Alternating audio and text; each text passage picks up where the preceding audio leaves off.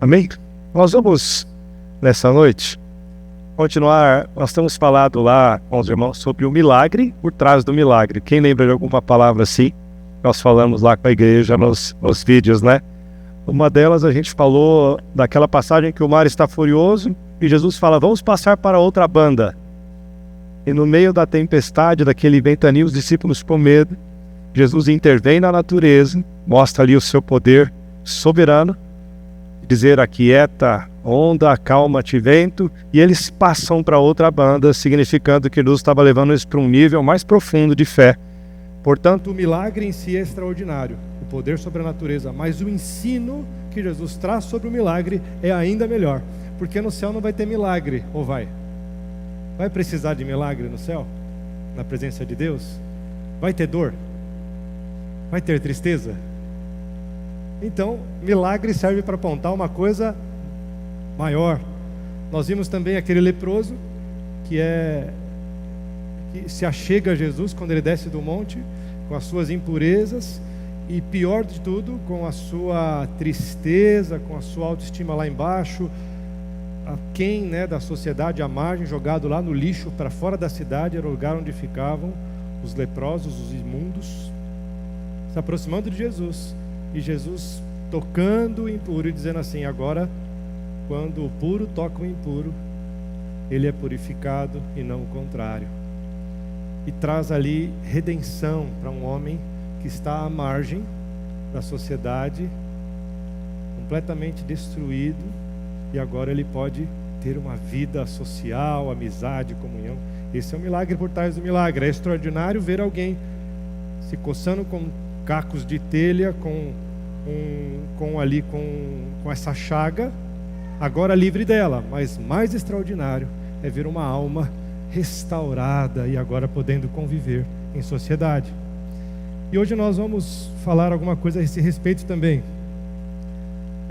O tema dessa mensagem são dois temas, então, ou um tema com dois pedaços: a fé em ação. A fé em ação. A ressurreição da fé. A fé em ação e a ressurreição da fé. Fé ressuscita? Nós vamos ver aqui essa passagem da vida de Jesus e de algumas personagens conhecidos de nós. Vamos orar. Senhor, nós queremos mais uma vez ouvir a Tua palavra e descobrir o ensino por trás do milagre. Um milagre maior que nos leva a uma condição de mais intimidade com Deus, de um ensino para a vida, de uma melhoria, de um aperfeiçoamento como crente, como corpo de Cristo. Nós queremos ser como Jesus, ver a vida como Jesus via, andar fazendo bem e termos uma fé capaz de mover montanhas. Nos ensina essa fé, adiciona a fé aos nossos corações nessa noite. A nossa fé possa ser ressuscitada nesta noite, para que possamos ser a igreja que o Senhor espera que sejamos, a noiva que o Senhor espera que sejamos. Em nome de Jesus nós oramos. Amém. O texto é Marcos capítulo 5, a partir do versículo 21. Esse mesmo episódio é narrado também em Mateus 9 e em Lucas 8. Nós vamos ficar com Marcos 5, que normalmente é o escritor que dá mais detalhes quando a gente fala de curas e milagres. É o escritor mais preocupado em narrar detalhes. Como se diz na tradição, o escritor aqui é Marcos, mas a voz provavelmente é Pedro. Pedro narrando e letrado, e Marcos narrando a história. É o primeiro evangelho escrito. Pensava-se antes ser Mateus, mas sabe-se, hoje Marcos é a base de todos os demais evangelhos. Por isso um evangelho maravilhoso. Vamos lá, 25. E passando Jesus outra vez num barco para o outro lado, ajuntou-se a ele uma grande multidão, e ele estava junto do mar. E eis que chegou um dos principais da sinagoga, por nome Jairo, e vendo-o, prostrou-se aos seus pés, e rogava-lhe muito, dizendo, minha filha está moribunda, rogo-te que venhas e lhe imponhas as mãos, para que sare e viva. E foi com ele, e seguia o grande multidão que o apertava. E certa mulher que havia 12 anos tinha um fluxo de sangue, e que havia padecido muito com muitos médicos, e despendido tudo quanto tinha, nada lhe aproveitando isso. Antes, indo a pior, ouvindo falar de Jesus, veio por detrás, entre a multidão, e tocou na sua vestimenta, porque dizia: se tão somente tocar nas suas vestes, sararei. E logo se secou a fonte do seu sangue, e sentiu no seu corpo estar já curada daquele mal. E logo Jesus, conhecendo que a virtude de si mesmo saíra, voltou-se para a multidão e disse: quem tocou nas minhas vestes? E disseram-lhe os seus discípulos: vês que a multidão te aperta e dizes: quem me tocou? E ele olhava em redor para ver a que isso fizera. Então a mulher, que sabia o que lhe tinha acontecido, temendo e tremendo, aproximou-se e prostrou-se diante dele e disse-lhe toda a verdade. E ele lhe disse: filha, a tua fé te salvou, vai em paz e ser curada deste mal. Estando ele ainda falando, chegaram alguns dos principais da sinagoga, a quem disseram: a tua filha está morta, para que enfadas mais o mestre? E Jesus, tendo ouvido essas palavras, disse ao principal da sinagoga, Jairo: não temas, crê somente. E não permitiu que alguém o seguisse, a não ser Pedro, Tiago e João, irmão de Tiago. E tendo chegado à casa do principal da sinagoga, de Jairo, viu o alvoroço e os que choravam muito e pranteavam, e entrando disse-lhes: por que vos alvoroçais e chorais? A menina não está morta, mas dorme. E riam-se dele. Porém ele, tendo-os feito sair, tomou consigo o pai e a mãe da menina, e os que com ele estavam, e entrou onde a menina estava deitada, e tomando a mão da menina, disse-lhe: Talita cumi, que traduzido é: menina, a ti te digo, levanta-te. E logo a menina se levantou e andava, pois já tinha 12 anos, e assombravam-se com grande espanto. Até aqui.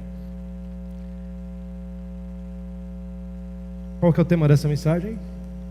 A fé em ação e a ressurreição da fé. Nós vemos aqui duas histórias que se encontram. A história de um pai desesperado pela filha que está à morte, muito próxima da morte. E a história de uma mulher que há 12 anos sofre de um fluxo contínuo de sangue, uma menstruação que não seca. E o pior, numa sociedade em que isso é considerado imundo e ela deve ser afastada do convívio de todos. De outro modo, ela vai tornar impuro aqueles que tiverem contato com ela. Duas histórias tristes, duas histórias de gente que precisa de um milagre. E nós vamos pegar aqui alguns ensinos sobre fé primeiro. Eu quero ver com os irmãos 6 pontos, a gente vai ver rapidamente, porque a gente vai ver depois outras coisas que a gente tem que aprender com esse texto acerca da fé. A primeira coisa que eu queria ver com os irmãos é que a fé não olha para a identidade. A Bíblia faz questão aqui no texto de dizer quem era este homem. Ele tinha nome, que se chamava Jairo, que quer dizer iluminado por Deus. Que lindo, né? Iluminado por Deus. E ele não só é iluminado por Deus, mas ele é o Jairo, o principal da sinagoga. E ser o principal de uma sinagoga numa sociedade judaica em que a religião é a questão principal, o enfoque principal da vida, não representava pouca coisa. Era alguém muito importante. De outro lado, a Bíblia fala de uma certa mulher. Qual a identidade dela? Uma certa mulher. Não é que a Bíblia está desprezando a mulher, mas é como as pessoas viam essa mulher. Uma certa mulher, uma mulher aí, uma desprezada aí. Então, primeira coisa, a fé não está preocupada com identidade. A gente às vezes olha um milagre acontecendo na vida desse e daquele e diz: mas talvez é porque isso, porque aquilo. Não. Deus não está preocupado com identidade. Quem se preocupa somos homens, nós. Tanto quando nós oramos para que Deus opere em alguém, às vezes a gente fica com bobeira na cabeça, quanto quando nós queremos um milagre e dizemos: nós somos indignos, nós somos é só eu, sou apenas eu. Mas Deus não olha assim. Ainda parecido com isso, o segundo ponto é que a fé não se importa com o status social. Esse homem com certeza tinha poder econômico. Ele tinha pessoas que o atendiam. Enquanto esta mulher, a Bíblia fala que tendo despendido todo o seu dinheiro, tudo que ela tinha, secou ali a sua renda, o seu dinheiro, e a sua situação só piorava. Gastou tudo que podia com os médicos, até esgotar os seus recursos. Então, a gente pode se aproximar de Deus precisando de um milagre, tanto tendo recursos como não tendo recursos, porque Deus não está preocupado com recurso ou com status. A fé não tem esse filtro que nós colocamos. A fé é uma disposição, por isso existe uma fé em ação, e existe a necessidade às vezes da ressurreição da fé, que é o que nós vamos ver. O terceiro ponto ainda é justamente, tem a ver com o que eu acabei de dizer. O poder da fé é ativado quando nós cremos sem reservas e quando nós superamos obstáculos. Quero fazer mais esse comparativo ainda entre Jairo e essa mulher. Jairo se aproxima de Jesus pela frente, porque ele veio até Jesus, prostrou e o adorou. Ele se lançou, um pai desesperado, e disse: se o Senhor quiser, o Senhor pode impor as mãos sobre a minha filha, e ela sarará e viverá. E esse viverá, assim, ela não estava morta ainda, né? Ela não vai morrer. E viverá, ela não vai morrer. Mas a mulher veio por trás de Jesus, o texto diz, versículo 27 e 28. E ouvindo falar de Jesus, né, a mulher veio por detrás, entre a multidão. Que lado que Jesus atende? É pela frente, pelo trás, do lado do outro? Essa mulher teve que superar outra coisa. Ela não podia se misturar à multidão. Ela superou uma proibição da sociedade.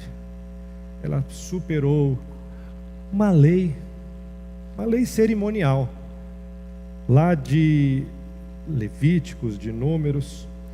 E ela, em Número 5, por exemplo, os irmãos podem ler lá depois os primeiros versículos e vão ver que essa mulher tinha que ser colocada para fora. Era uma lei cerimonial.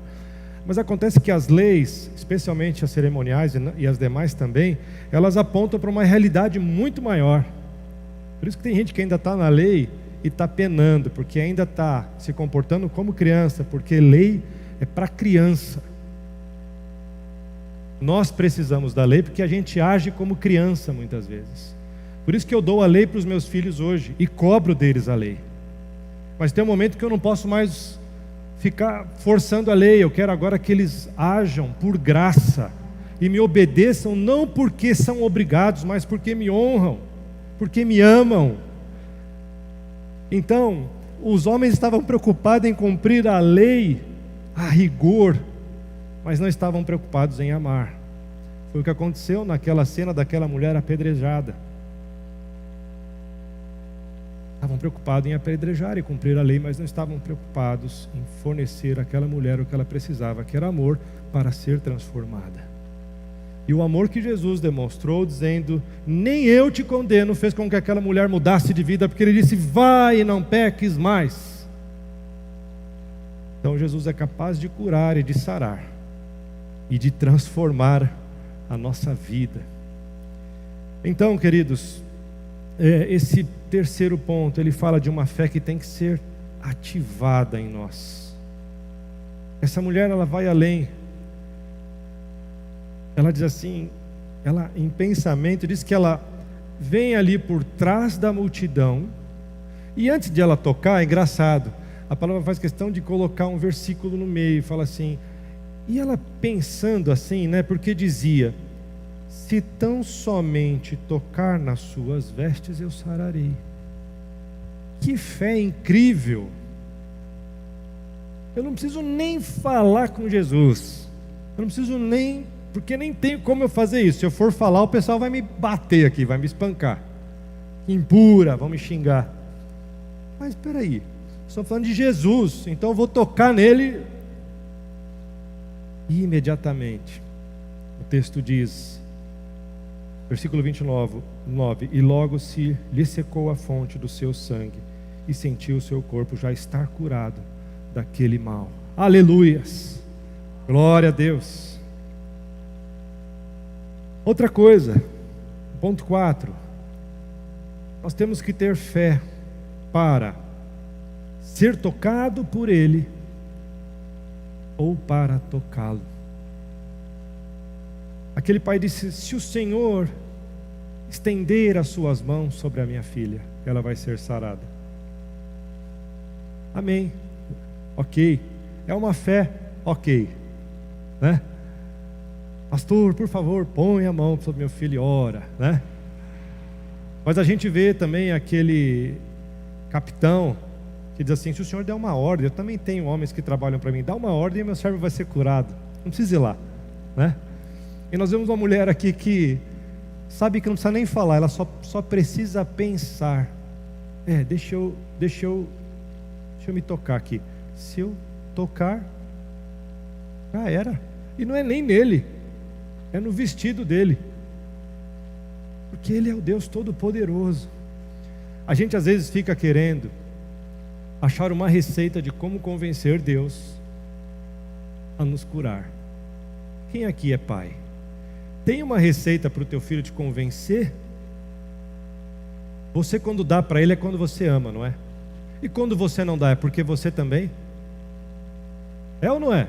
Ajuda aí, irmão Luiz, você que é experiente. Não é, irmão? Não é? Quando você diz não, é porque ama. E quando você diz sim, é porque ama.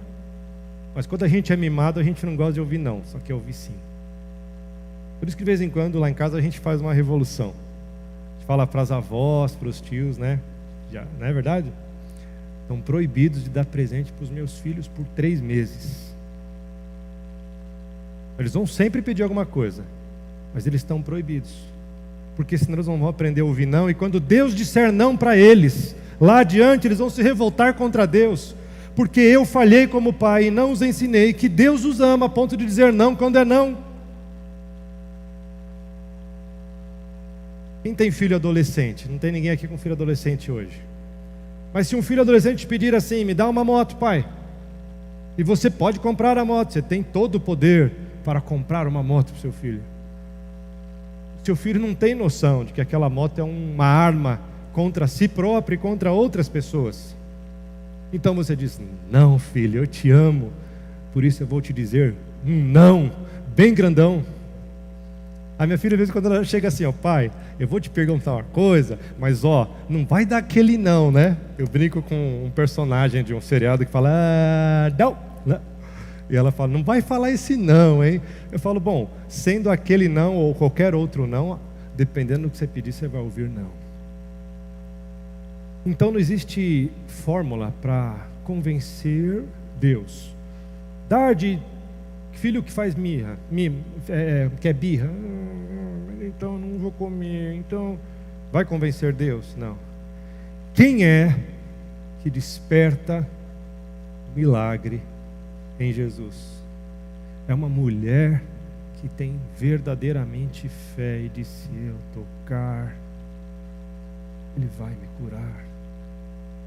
Estou crendo.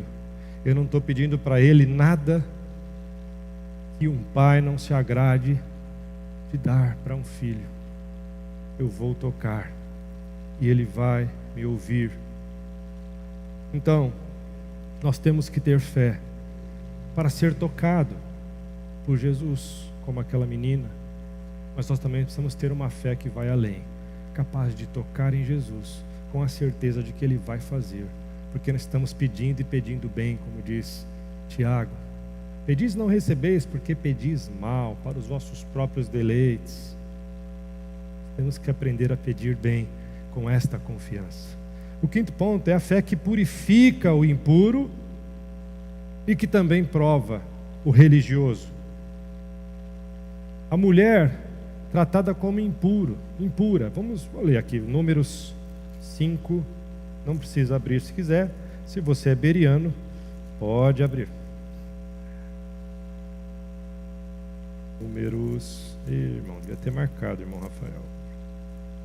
Números 5, versículo A partir do 1, e falou o Senhor a Moisés, dizendo: ordena aos filhos de Israel que lancem fora do arraial a todo leproso e a todo que padece fluxo e a todos os imundos, por causa do contato com algum morto. Desde o homem até a mulher, os lançareis fora do arraial, os lançareis para que não contaminem os seus arraiais, no meio dos quais eu habito. E os filhos de Israel fizeram assim e os lançaram fora do arraial, como o Senhor falara a Moisés.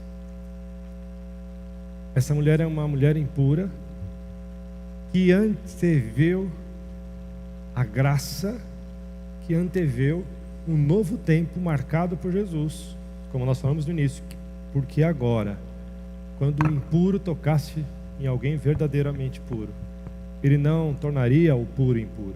Ao contrário, ao tocar no puro, eu que era impuro vou ficar puro.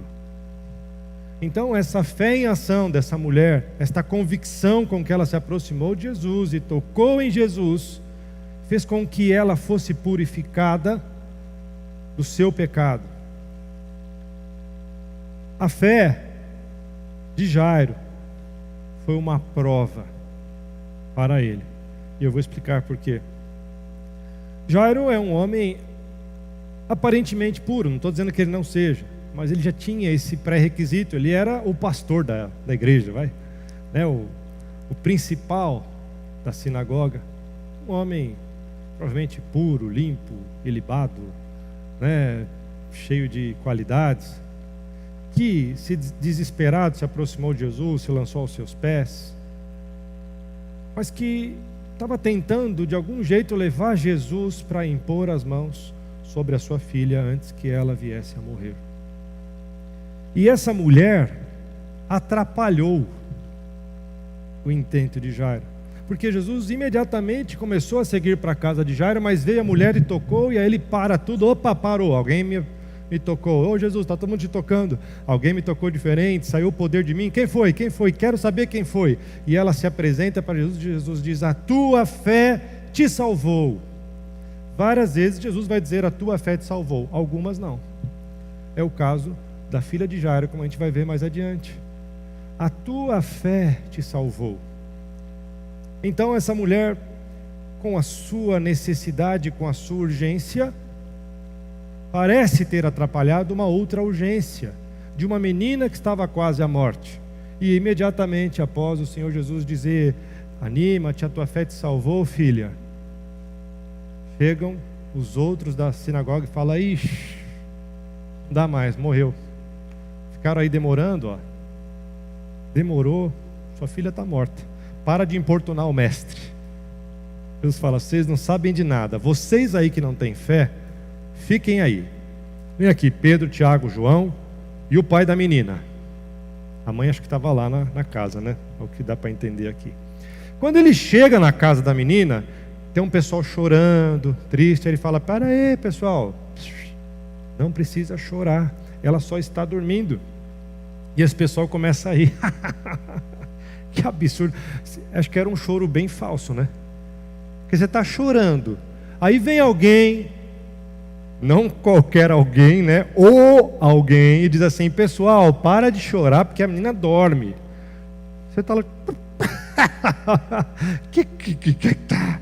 tá morta, você chegou atrasado. Era um choro de crocodilo que estava rolando lá, eram umas carpideiras, E Jesus fala: vocês também, vocês não vão acompanhar não. Vamos pegar quem são os responsáveis pela menina. Papai, mamãe, vem comigo. E os discípulos. Ele entra no quarto daquela menina, pega ela pelas mãos e diz: Talita cumi, que traduzido quer dizer: menina, levanta. E, olha lá, a ti te digo, menina, a ti te digo, levanta-te. Sabe que quando terminou o louvor eu estava ali, e aí, evidente que eu tinha lido o texto várias vezes, pensado várias coisas que a gente já conversou aqui, e quando eu falei menina, veio assim na minha: menina, a ti te digo, levanta-te. O Senhor falou: igreja. Gentil aí? Igreja. Menina dos olhos do Senhor. Menina, levanta. A ti eu te digo, levanta-te. E quando ele diz, menina, levanta-te, está dizendo, igreja, você está morrendo? Você já morreu? Levanta-te. E aí vem, eu tinha falado de 6 pontos. Deixa eu só então fazer o 6º ponto aqui. A fé em ação daquela mulher interrompeu uma prioridade dos homens religiosos para que eles fossem provados. Esse é o 6º ensino que nós vimos aqui, se alguém estiver anotando. A fé em ação de uma mulher sem nome interrompeu uma aparente prioridade dos homens religiosos, dos importantes, para que eles fossem provados. Tanto o pai quanto aqueles homens incrédulos que disseram não tem mais jeito. Esse é o 6º ponto. Terminamos os 6 ensinos e agora quero tratar da verdade que nós falamos no começo, um milagre por trás do milagre. E são 2. O primeiro milagre por trás do milagre é como consequência da fé em ação da mulher. Nós vamos repetir algumas coisas que vocês já ouviram lá no leproso. O milagre por trás do milagre é que a cura daquela mulher devolveu a ela a dignidade. Você se sente indigno? Aproxime-se de Jesus, toque nele, e você vai se sentir digno da presença dele, do conviver em sociedade, de ter uma vida feliz, de não dever satisfação a ninguém, a não ser ao Senhor. Ele devolve à mulher a convivência, o amor próprio. Você se ama? Não lá na profecia do Novo Testamento que diz que nos últimos dias haveriam homens amantes de si mesmo, no sentido de que eles não ouvem a Deus, eles são como Adão caído, eles amam mais as trevas do que a luz, amam mais a si mesmos do que o Senhor. Mas eu falo de amor próprio, de alguém que tem certeza e convicção de que é um filho amado. Ele me ama, ele me ama, ele me ama. Eu não sou impuro, eu não sou impura, porque o sangue de Cristo me purificou de todo pecado e de toda injustiça. Não há acusação sobre a minha vida, por isso eu posso ser livre e viver livre e andar no meio de todos. E agora eu sou, ao contrário, testemunha da obra poderosa de Cristo Jesus, que purifica o impuro, que limpa, que lava, que devolve dignidade, convivência, amor, que purifica e restaura. Mesmo que há 12 anos ela andava com essa doença. O outro milagre, por trás do milagre, é a ressurreição da fé, que deu título também a essa mensagem, para o despertar da fé do povo de Deus, dos religiosos, do povo de Israel. O pai, você pode dizer, mas Jairo teve fé até a 2ª página. Ele achava que Jesus podia curar a sua filha. Mas qual tinha sido a última ressurreição que alguém tinha visto? Comum ressuscitar gente, mas ressuscitar morto, né?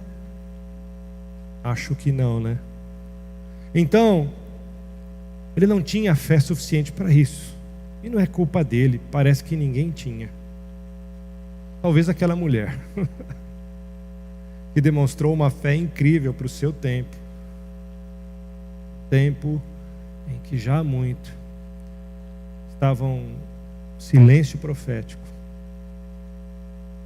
Não havia sobre nenhum homem o Espírito de Deus, a não ser sobre Jesus agora.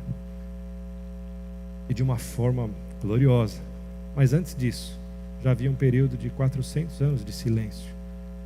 Começou ali com o profeta, né, com João Batista, preparando o caminho do grande profeta Jesus.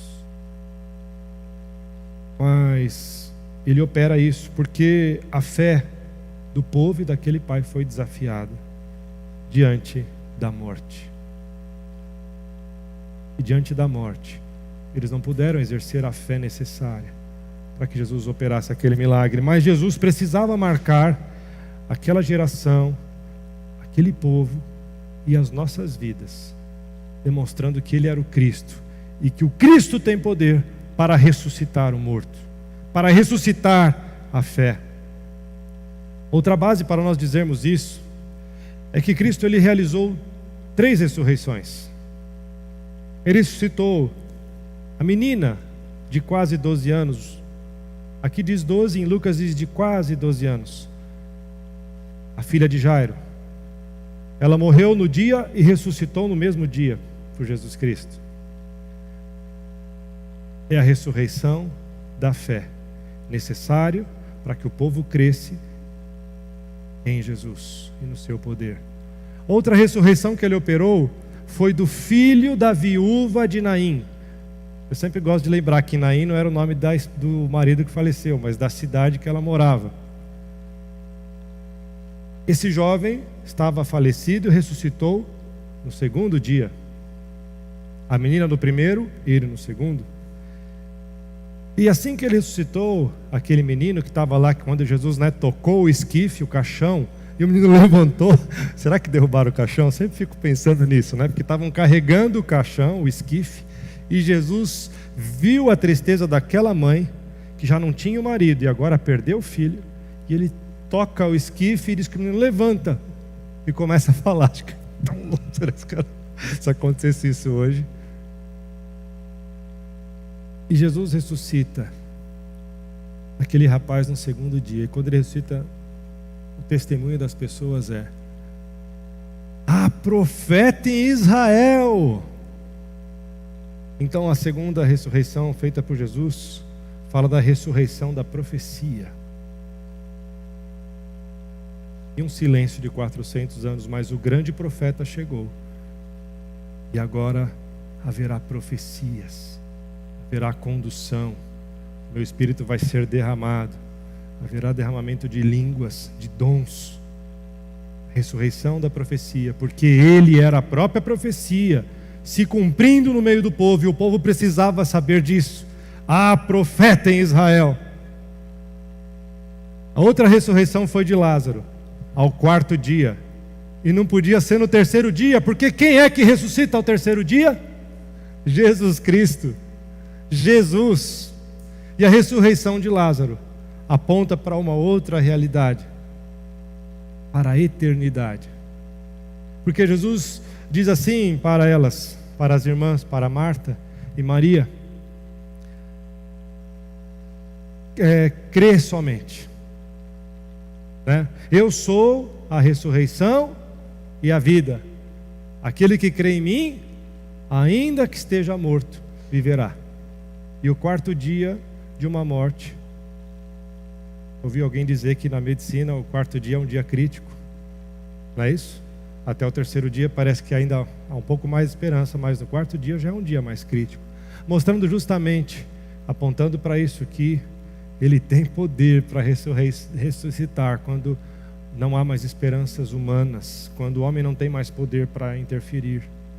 Ele vai e age e diz: essa morte por causa do pecado será vencida, porque o Cordeiro ressuscitará no 3º dia, trazendo vida, e o seu sangue derramado vai purificar vocês. A morte do justo pelo injusto vai dar condições a que esta morte provada na carne por causa do pecado, sentença divina, seja revista, revisada, retroaja, porque o justo morreu pelo injusto, e agora vocês vão ressuscitar e vão ter vida, e vida para sempre.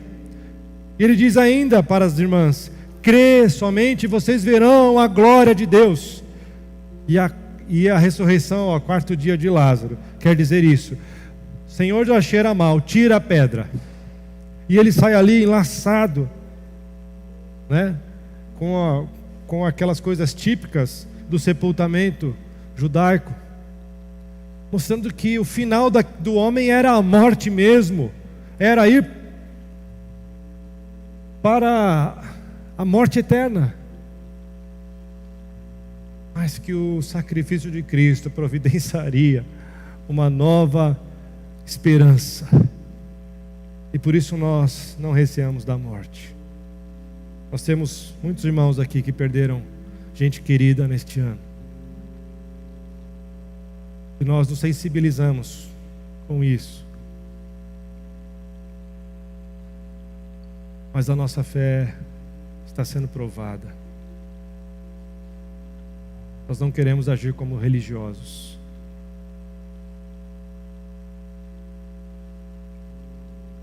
Talvez nosso sonho seria que houvesse uma ressurreição. Eu quero te dizer que haverá.